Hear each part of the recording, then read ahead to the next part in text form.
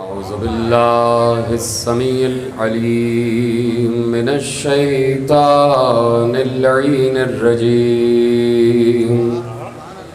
بسم الله الرحمن الرحيم. الحمد لله المعروف من غير رؤية والخالق من غير روية الذي لم يزل قائما دائما إذ لا سماء ذات أبراج ولا ليل داج ولا بحر ساج ولا أرض ذات مهاد ولا خلق ذو اعتماد. والصلاة والسلام والتحية والإكرام على نبي الرحمة وخازن المغفرة وقائد الخير والبركة ومنقذ العباد من الهلكة سيدنا ومولانا ابو القاسم محمد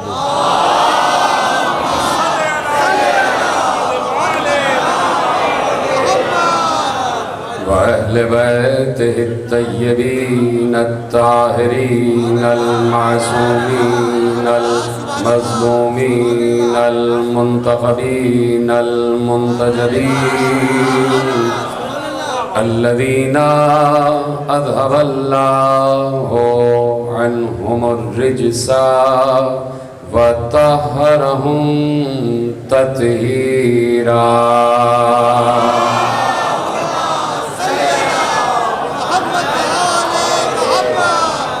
أما بعد فقد قال الله سبحانه وتعالى في محكم كتابه المجيد وفرقانه الحميد وقوله الحق. بسم الله الرحمن الرحيم.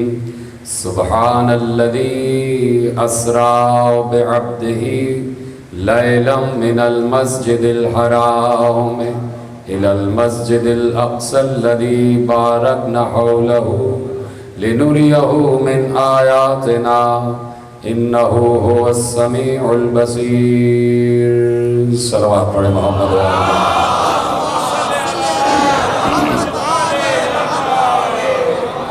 انجمن جوادیہ کی جانب سے عشرہ ماہ سفر کی مرکزی امام بارگاہ جعفر طیار کراچی میں آپ حضرات آج 10ویں اور آخری تقریر سماعت فرما رہے ہیں.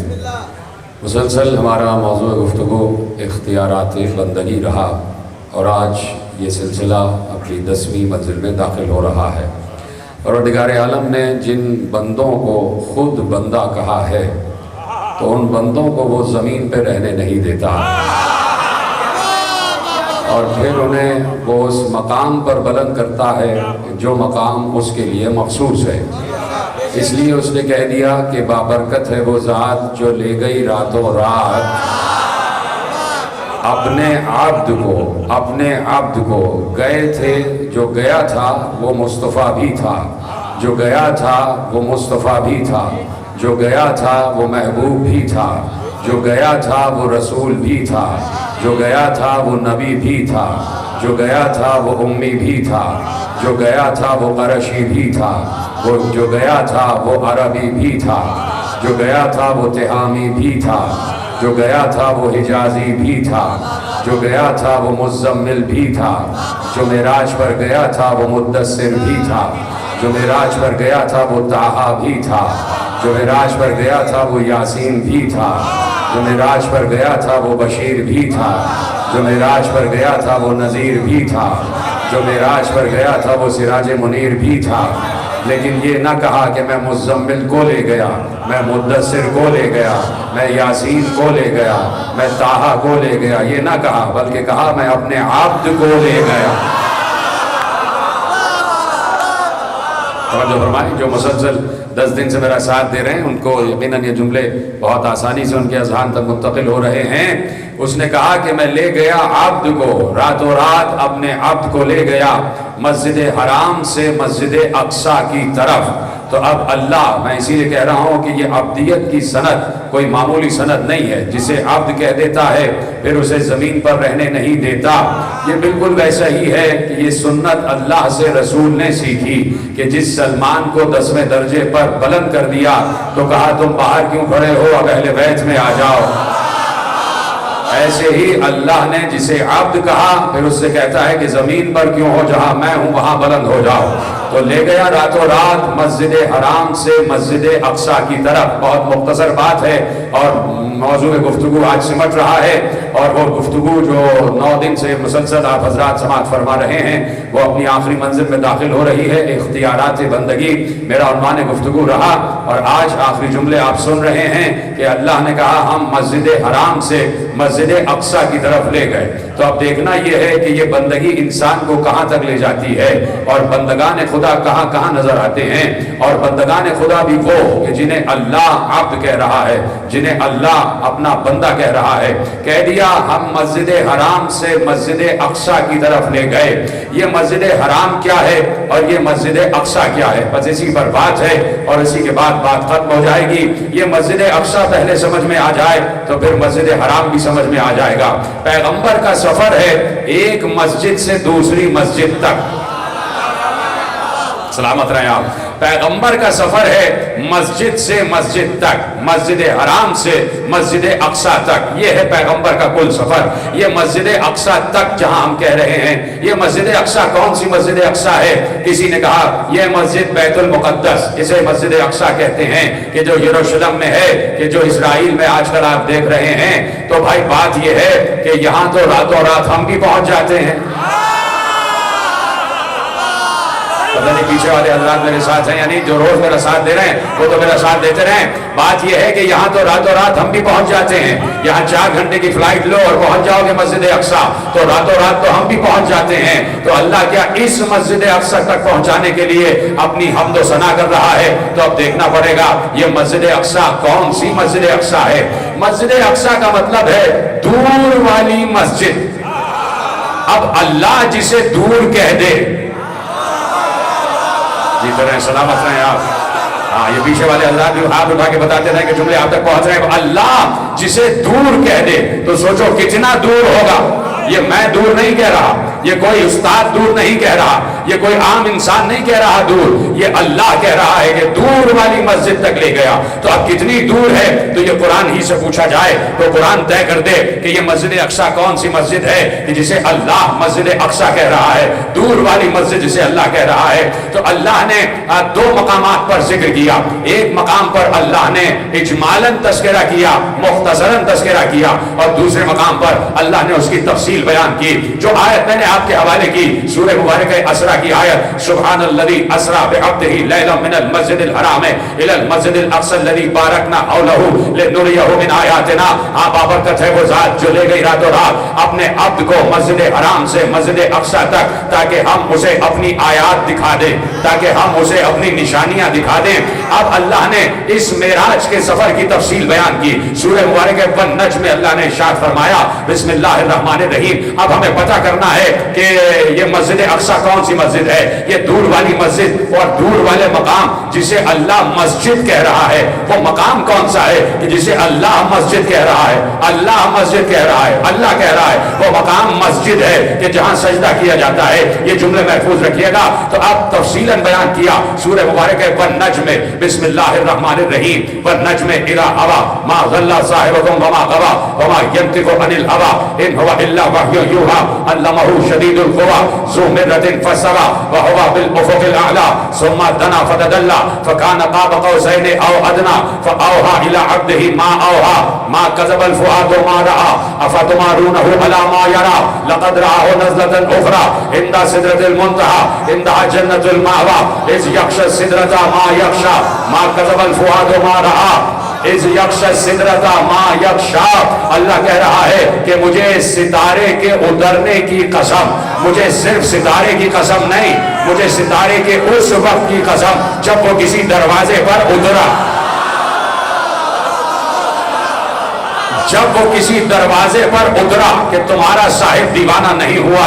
اب اللہ بیان کر رہا ہے، کہا اسے راتوں رات ہم لے گئے، افق اعلیٰ سے بلند کرتے ہوئے لے گئے اور اس مقام پر لے گئے کہ جہاں عبد و معبود میں بس اتنا فاصلہ تھا کہ کچھ بھی فاصلہ نہ تھا. کہ عبد و معبود میں اتنا فاصلہ کہ کچھ بھی فاصلہ نہیں تھا، دو کمانوں کا فاصلہ. اللہ کہہ رہا ہے دو کمانوں کا فاصلہ. تو میں نے کسی مقام پر عرض کیا اور میں جملے آپ کے حوالے کر دوں، مفسرین نے لکھا یہ دو کمانیں کیا ہیں، دو کمانیں کیا ہیں. آپ نے کمان دیکھی ہے، کمان ہوتا ہے ہاف سرکل، آدھا دائرہ. ایک کمان یعنی آدھا دائرہ. جب آپ کمان اور تیر دیکھتے ہیں تو آپ دیکھتے ہیں کہ پوری لکڑی کو موڑا جاتا ہے اور پھر دھاگے سے اسے دوڑ دیا جاتا ہے. تو ایک کمان آدھا دائرہ، دو کمان پورا دائرہ. پتہ نہیں جملہ پہنچ رہا ہے نہیں پہنچ رہا بھائی. ایک کمان آدھا دائرہ اور دو کمان. جب آدھا دائرہ ایسے لگایا اور دوسری کمان ایسے رکھی تو گویا دائرہ پورا ہو گیا.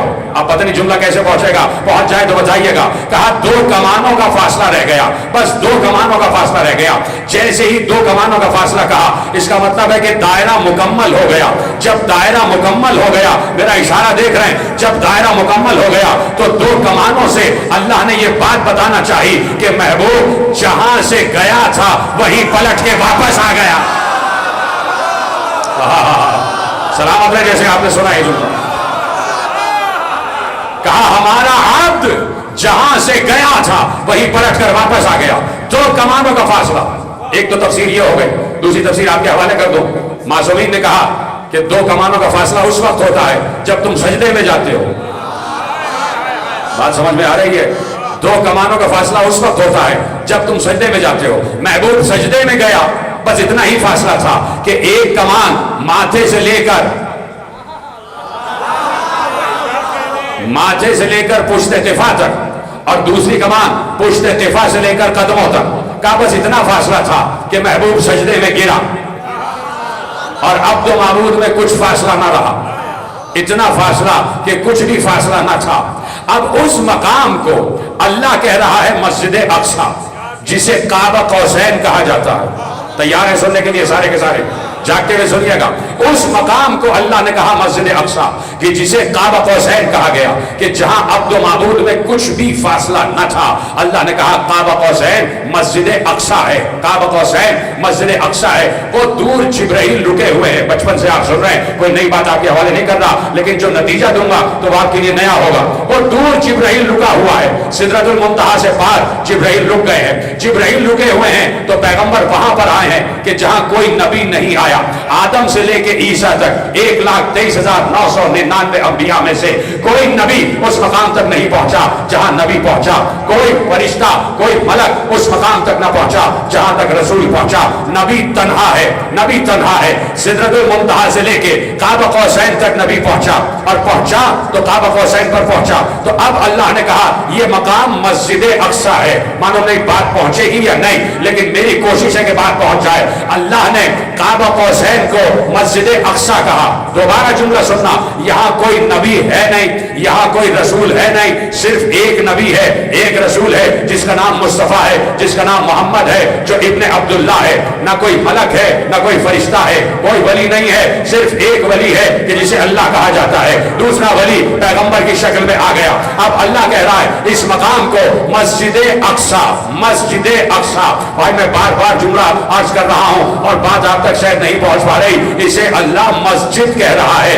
میں اگر کسی بچے سے کہوں جاؤ میرا پیغام لے کے فلاں محلے میں جانا اور فلاں صاحب کے دروازے پہ دستک دینا اور یہ پیغام ان تک پہنچا دینا. بچہ اس محلے میں پہنچا، بچے نے دیکھا محلے کے کونے پر ایک مسجد بنی ہوئی ہے. بچہ سمجھ گیا یہ مسلمانوں کا محلہ ہے، یہاں سجدہ گزار رہتے ہیں، یہاں کچھ عبادت گزار رہتے ہیں.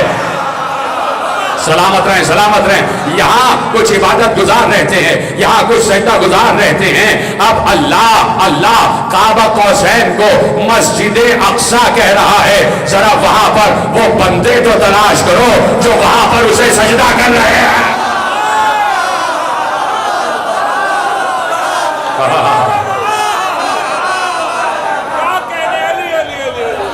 توجہ فرمائی آپ نے،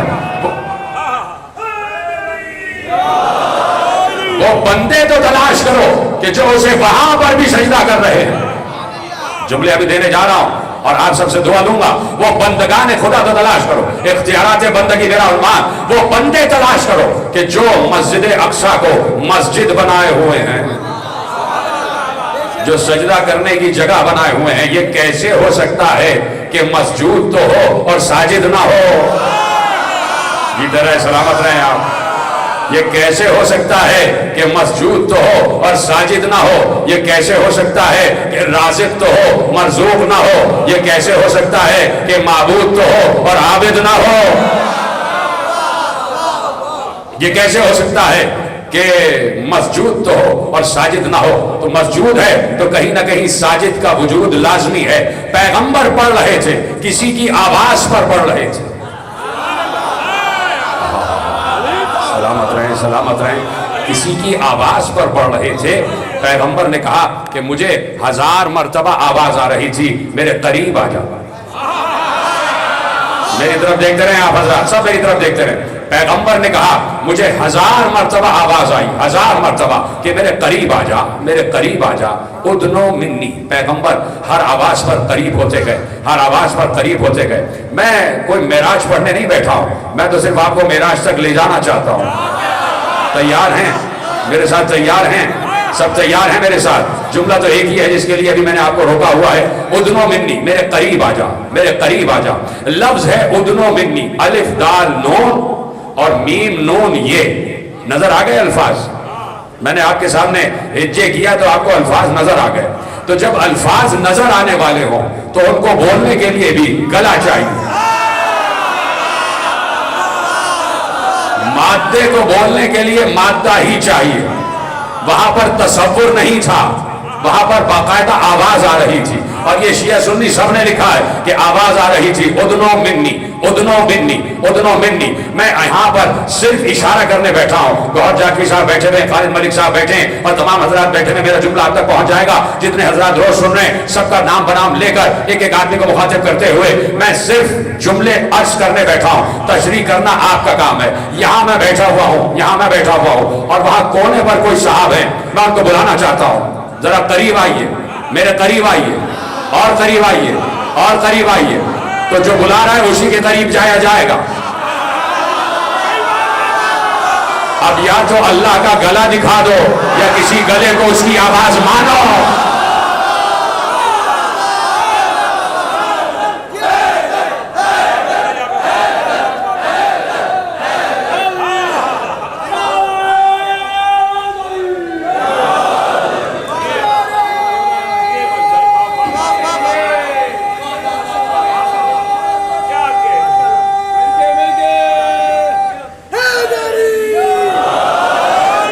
فرما رہے ہیں آپ، آواز آ رہی تھی میرے قریب آ جا، میرے قریب آ جا، میرے قریب آ جا۔ اب کس کی آواز تھی؟ یہ معبود جانے اور عابد جانے۔ اس کی آواز تھی، یہ ساجد جانے اور مسجود جانے، یہ رازق جانے اور مرزوق جانے، یہ شاہد جانے اور مشہود جانے، یہ طالب جانے اور مطلوب جانے۔ کس کی آواز تھی؟ یہ وہی جانے، ولی جانے یا ولی جانے۔ اب میں نے بلایا، آ جاؤ میرے قریب آ جاؤ، میرے قریب آ جاؤ۔ وہ بیٹھ گئے، میں نے کہا اور قریب آئیے، پھر بیٹھ گئے، میں نے کہا اور قریب آئیے، اور قریب آئیے، یہاں تک کہ جتنا قریب بلانا چاہتا تھا جب وہ اتنے آ جائیں گے تو میں بلانا چھوڑ دوں گا۔ جتنا قریب بلانا چاہتا تھا جب وہ اتنے قریب آ جائیں گے تو میری آواز آنا بھی بند ہو جائے گی۔ یعنی جتنا قریب وہ بلانا چاہتا تھا جب محبوب وہاں تک پہنچا تو 1000 مرتبہ کے بعد آواز نہیں آئی۔ پھر عبد و معبود میں اتنا فاصلہ رہا کہ کچھ بھی فاصلہ نہ تھا۔ ایک بار پیغمبر سجدے میں جھکے، پیغمبر سجدے میں جھکے اللہ نے کہا سجدے سے سر اٹھاؤ، بات کرنی ہے۔ کیسے سن رہے آپ؟ میں تو بڑے لطف لے کے آپ کے حوالے کر رہا ہوں۔ کہا سجدے سے سر اٹھاؤ، بات کرنا ہے۔ سجدے سے سر اٹھا، ولی نے ولی سے بات کی، دو ولی آمنے سامنے، ایک اللہ ولی ایک محمد ولی، جبکہ ولی دو نہیں ہیں۔ جیتے رہے، سلامت رہے، بہت دیر سے آپ میرے ساتھ آ رہے ہیں، فوراً فوراً میرے ساتھ آئیں۔ ایک ولی اللہ، ایک ولی محمد۔ ایک ولی نے دوسرے ولی سے کہا سجدے سے سر اٹھاؤ، بات کرنا ہے۔ بات ہوئی تو ولی نے ولی سے کہا فَأَوْحَا إِلَىٰ عَبْدِهِ مَا أَوْحَا، بس مجھے اپنے عبد پر، اپنے بندے پر جو وحی کرنا چاہیے وہ کی۔ بات چیت ہو گئی، بات چیت تمام ہوئی۔ اب اس دوسرے ولی نے، جو بندہ ہے، اس نے دیکھا ایک حجاب ہے جو پڑا ہوا ہے۔ بھائی اللہ ہر وقت ہمارے ساتھ ہے یا نہیں؟ بولیے ہے کہ نہیں؟ ہم سب کی شہرت کے قریب ہے یا نہیں؟ ہے کہ نہیں؟ بالکل ہے۔ تو محبوب کے کتنا قریب ہوگا؟ سوچے جب ہمارے قریب ہے تو محبوب کے بھی کتنا قریب ہے۔ تو محبوب کے سامنے تو کوئی پردہ ہی نہیں ہے۔ پھر یہ آخری پردہ ہے کون؟ اور اس کے پیچھے ہے کون؟ یہ آخری پردہ ہے کیا اور اس کے پیچھے ہے کون؟ علامہ مجلسی کے جملے آپ کے حوالے۔ اب یہاں تک میرا جملہ ہے کہ پردہ پڑا ہوا تھا۔ ایک بار پیغمبر نے کہا پروردگار زمین سے لے کے آسمان تک آ گیا، اتنے کروڑہ حجابات سامنے تھے اور کئی نوری میل کے فاصلوں کی چوڑائی کے برابر حجابات تھے۔ میں جیسے جیسے آگے بڑھتا گیا حجاب خود بخود ہٹتا گیا، سارے حجابات خود بخود ہٹتے گئے۔ یہ آخری حجاب پڑا ہوا ہے، یہ کیوں نہیں ہٹ رہا ہے؟ آواز آئی تمہارا اختیار ہے، چاہو تو پڑے رہنے دو، چاہو تو ہٹا دو۔ اب علامہ مجلسی لکھتے ہیں حجاب ہٹا تو پیغمبر مسکرائے، جسے زمین پر چھوڑ کر آ رہا تھا وہ آسمانوں پر موجود۔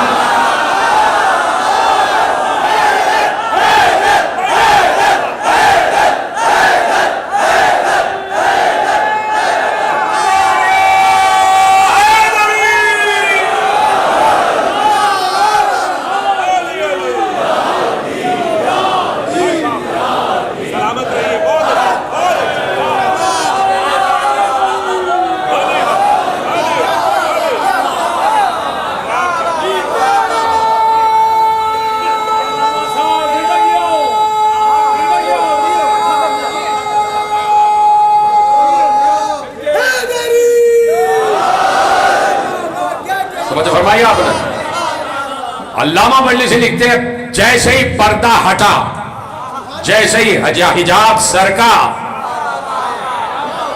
جیسے ہی حجاب نہ رہا، جیسے ہی پردہ نہ رہا، ایک بار پیغمبر نے 12 انوار دیکھے۔ 12 انوار پیغمبر نے دیکھے۔ اب سمجھ میں آیا کہ اس مقام قاب قوسین کو انہوں نے ہی مسجد بنایا ہوا ہے۔ جملہ میرا بڑا تھا، آپ نے بڑی آسانی سے سن لیا۔ میرے نزدیک بہت بڑا جملہ تھا جسے آپ نے شاید ہلکا سمجھا۔ ان 12 نے قاب قوسین کو مسجد بنایا ہوا ہے۔ اب پتہ چلا اسے کوئی معمولی غیر سجدوں کی ضرورت ہی نہیں ہے، یہ 14 سجدہ کر رہے ہیں وہ مسجود ہے۔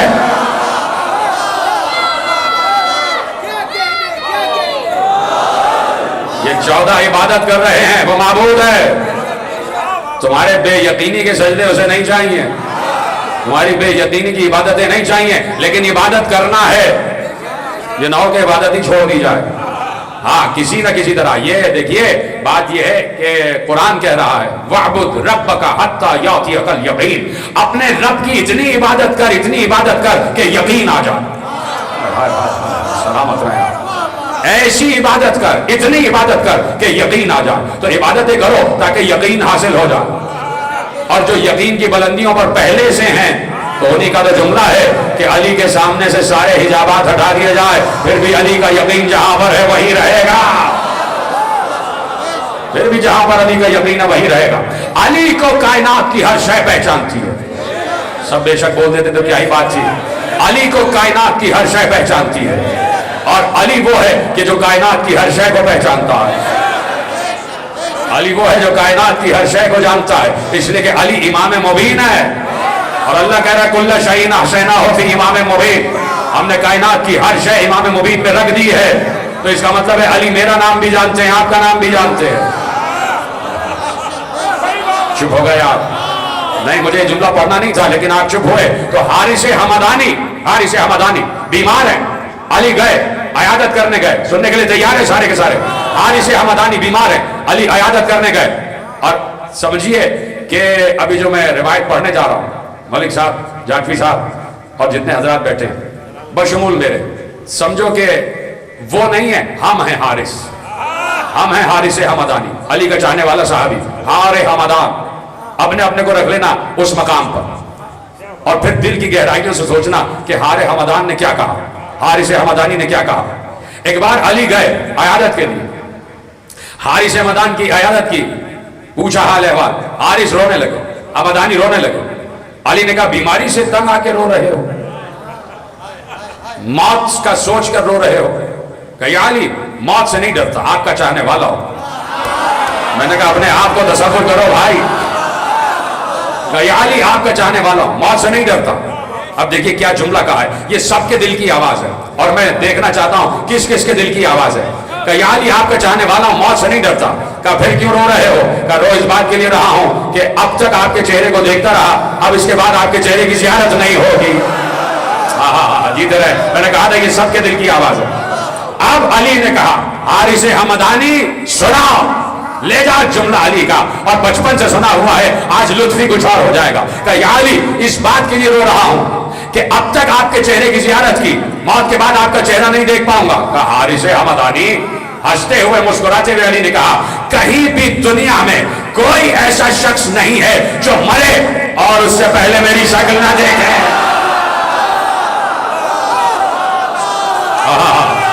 کیا تسلی دی ہے میرے مولا نے، کیا تسلی دی ہے میرے مولا. کہا کہیں بھی کوئی مومن مرتا ہے تو مجھے دیکھتا، تم سکرات میں مجھے دیکھو گے، غسل کے وقت مجھے دیکھو گے. جیتے جاگتے سنیے نا، مسائل تھوڑی ہو رہا ہے. سکرات میں مجھے دیکھو گے، غسل کے وقت مجھے دیکھو گے، قبر میں اتارنے کے لمحے مجھے دیکھو گے. قبر بند کر دی جائے گی، سب چلے جائیں گے، علی موجود رہے گا.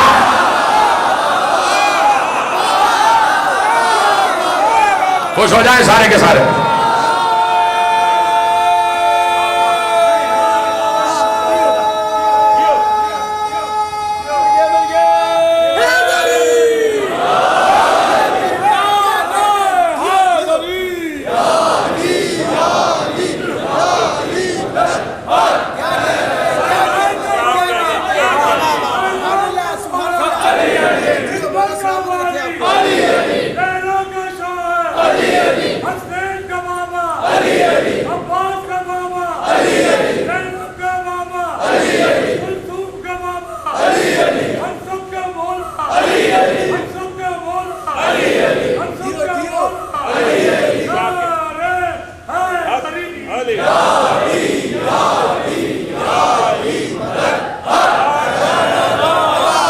جملے آپ تک اب سنیں گے. ایک اور جملہ کہا کہ جس وقت مومن کی سکرات کا عالم ہوتا ہے، اس کی آنکھ بند ہو رہی ہوتی ہے، اس کی آنکھ نیم واہ ہوتی ہے، بند ہو جاتی ہے. میں سرانے پہنچ کے کہتا ہوں آنکھ کھول، میں وہی علی ہوں جس کا انتظار کرتا رہا.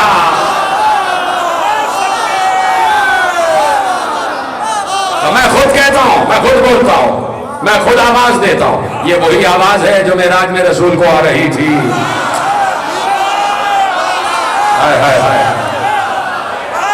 یہ وہی لہجہ ہے جس لہجے میں اللہ بات کر رہا تھا. یہ وہی آواز ہے جس آواز میں اللہ باتیں کر رہا تھا، جس آواز میں کہا گیا کہ میرے قریب آ جا، میرے قریب آ جا. وہاں معراج میں رسول سے کہا میرے قریب آ جا، یہاں قبر میں مومن سے کہتا ہے میرے قریب آ جا.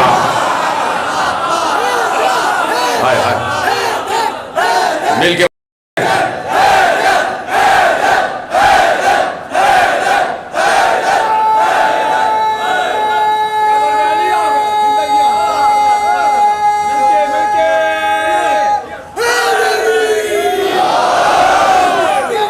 علی والے جہاں بیٹھ جائیں مدحت علی کر رہے ہوتے ہیں، چاہے خاموش بھی رہیں ان کی سانسیں علی علی کر رہی ہوتی ہیں، ان کی سانسیں علی علی کر رہی ہوتی ہیں، اس لیے کہ علی کو ہمیشہ اپنی عبدیت پر ناز رہا ہے. علی کو ہمیشہ اپنی بندگی پر ناز رہا ہے. 1000 سجدے کرنے والا علی, 1000 رکعت نماز پڑھنے والا علی. سوچو, 1000 رکعت نماز پڑھنے والا علی. ہر رات ہر شب علی 1000 رکعت نماز پڑھتے ہیں, اور ہر رکعت میں 2 سجدے, تو 2000 سجدے کرنے والا علی. اللہ کی بندگی ہی تو کر رہا ہے نا علی. اللہ کی بندگی کر رہے ہیں نہیں کر رہے؟ اللہ کی بندگی ہو رہی ہے.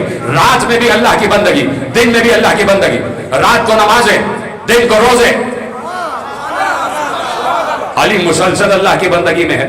تو علی کو عشق ہے رات کو جاگ کر نماز پڑھنے سے. راتوں کو جسے عشق ہے راتوں کو جاگ کر نمازیں پڑھنے سے, وہ ایک رات سو گیا.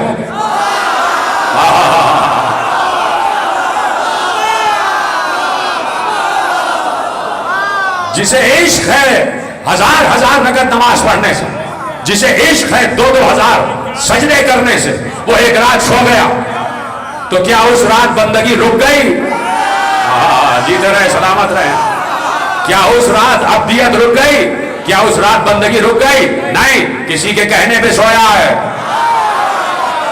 اور کوئی کہنے والا بھی کوئی معمولی نہیں ہے, وہ آسمانوں کا ولی ہے. جس کے کہنے سے سویا ہے سو گیا. تو اب گفتگو یہی ہے کہ صبح ہوگی, بہترین جملہ اذان کا سنو گے کہ نماز سونے سے بہتر ہے. اچھا ہے جملہ, بہت اچھا جملہ ہے. نماز سونے سے بہتر ہے. پوری دنیا سے کہا جائے کہ نماز سونے سے بہتر ہے, اور اس رات کسی نے علی سے کہا تیرا سونا نماز سے بہتر ہے.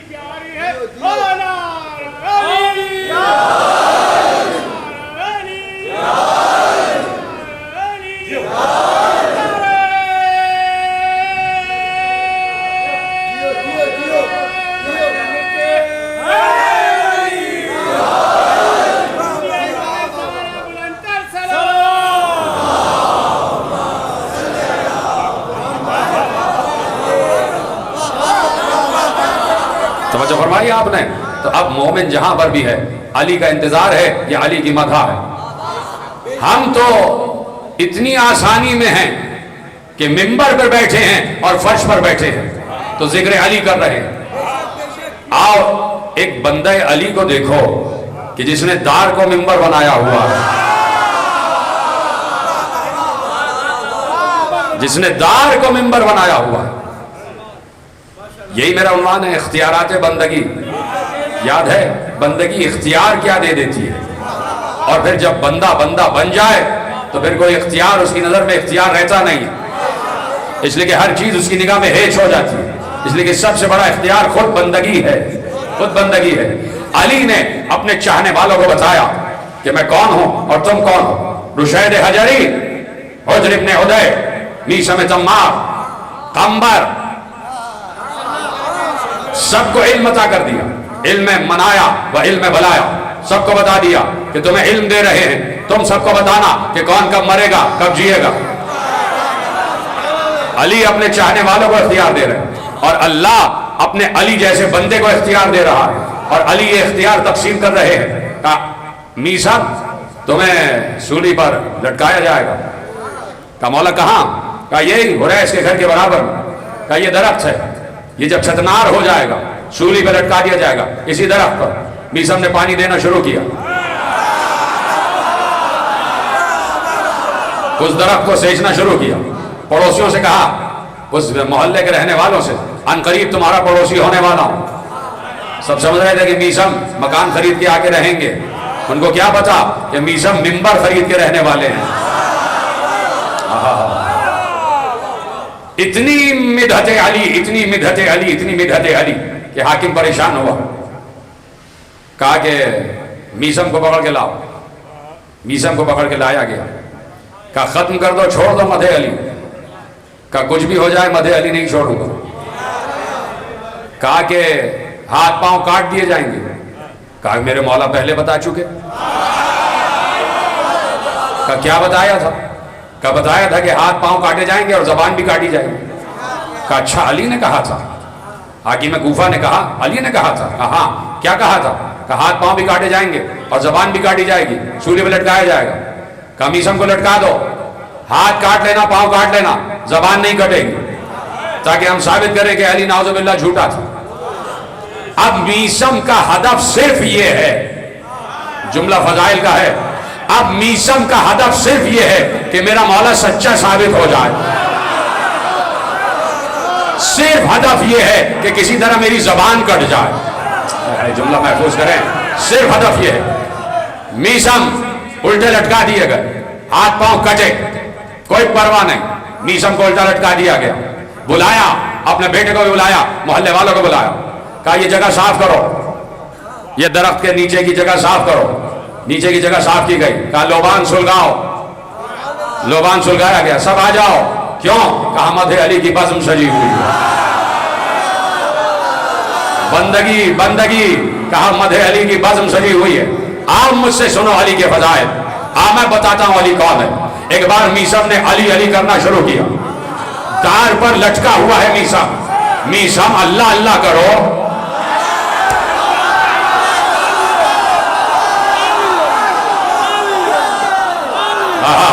جیتے رہے سلامت رہے آپ، دار پر لٹکے ہوئے ہیں میسم، اور کیا کر رہے ہیں، علی علی علی کا ذکر ہو رہا ہے، علی کے فضائل پڑھے جا رہے ہیں، کہ آؤ جو اب تک نہیں سنا تھا میسم کی زبان سے سنو۔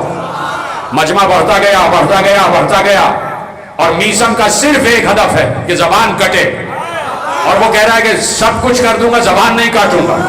جب مجمع بڑھ گیا، اور میرا خیال ہے اتنا مجمع ہو گیا جتنا غدیر میں تھا،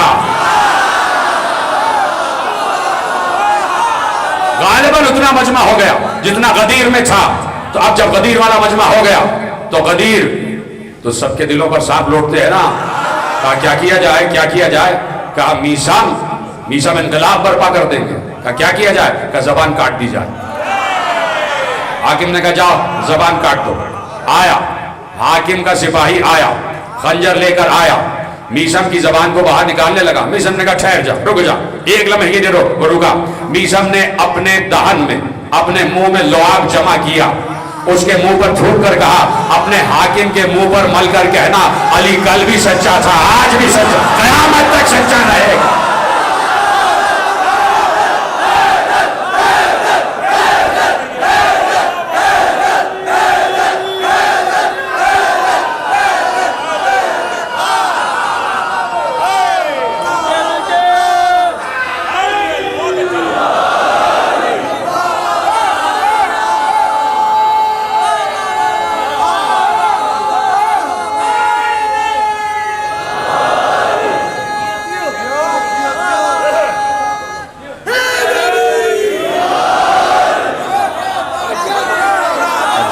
حاکم کو بتانا میرا مولا کل بھی سچا تھا، آج بھی سچا ہے، قیامت تک سچا رہے گا۔ زبان کٹی، زبان کٹ گئی، لیکن خدا کی قسم علی علی کہنا چھوڑا نہیں، کیونکہ زبان سے لام ادا ہوتا ہے، تو لام ادا نہیں ہوا تو آواز آ رہی تھی آئی آئی آئی، تو جملہ پڑھ لوں، اب سمجھ میں آیا کہ غالب نے اسی موقع کے لیے کہا تھا مشغول حق ہوں بندگی بوت و رات میں، کار حق انجام دے رہے تھے میسم، بتا رہے تھے کہ مدح علی کسے کہتے، اور بتا رہے تھے کہ بندہ ہونا کسے کہتے۔ آؤ سیکھو بندگی میسم مزاج لوگوں سے، آؤ سیکھو بندگی سلمان صفت لوگوں سے، آؤ سیکھو بندگی ابو ذر مزاج لوگوں سے، آؤ دیکھو یہ بندگان خدا بیٹھے ہوئے ہیں، یہ بیٹھے ہوئے بندگان خدا، انہوں نے بندگی سیکھی ہے حسین سے، حسین کربلا والے حسین سے، کہ جس نے نماز شب میں ایک دعا مانگی تھی، جس نے نماز شب میں ایک دعا مانگی تھی، سمجھ گئے ہو تو آئے سب کرو کہ پروردگار مجھے ایک ایسی بیٹی دے دے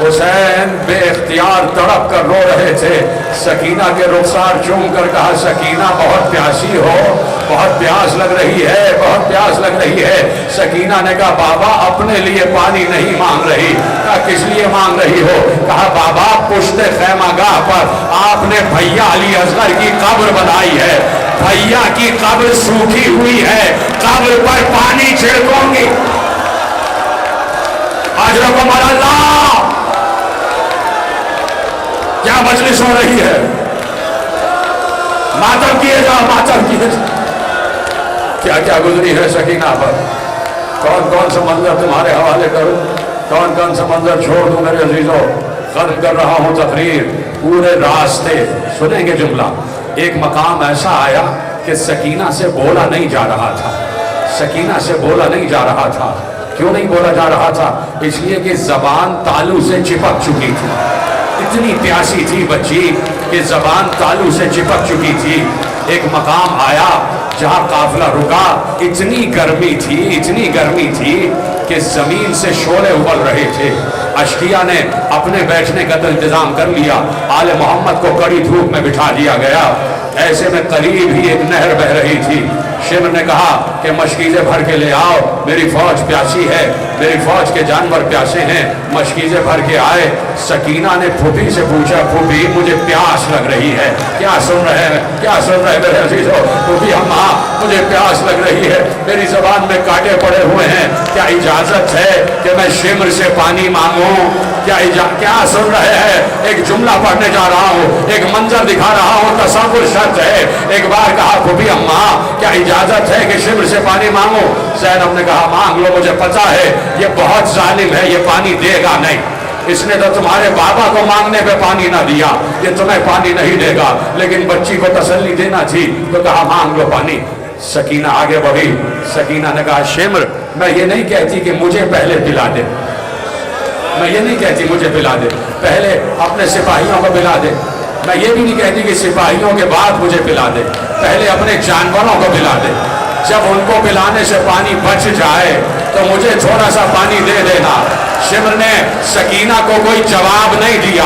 مقتل نگار لکھتا ہے کہ بچی اس کی خاموشی کو رضامندی سمجھی, شمر کی خاموشی کو رضامندی سمجھی. اب سننا, صاحب اولاد ہو تو سینے پہ ضرور ہاتھ مارنا. عجیب منظر لکھا کہ جدھر جدھر شمر جا رہا تھا پیچھے پیچھے سکینہ جا رہی تھی. جدھر جدھر شمر جا رہا تھا پیچھے پیچھے سکینہ. سب کو پانی پلایا, سب سیراب ہو گئے. سکینہ نے دیکھا کہ پانی بچا ہوا ہے, بچی آگے بڑھی, چلو بڑھایا, تھوڑا سا پانی دے دو. شمر ہنسا, بچی کو دکھا کر پانی زمین پر. ماتم کرو ماتم.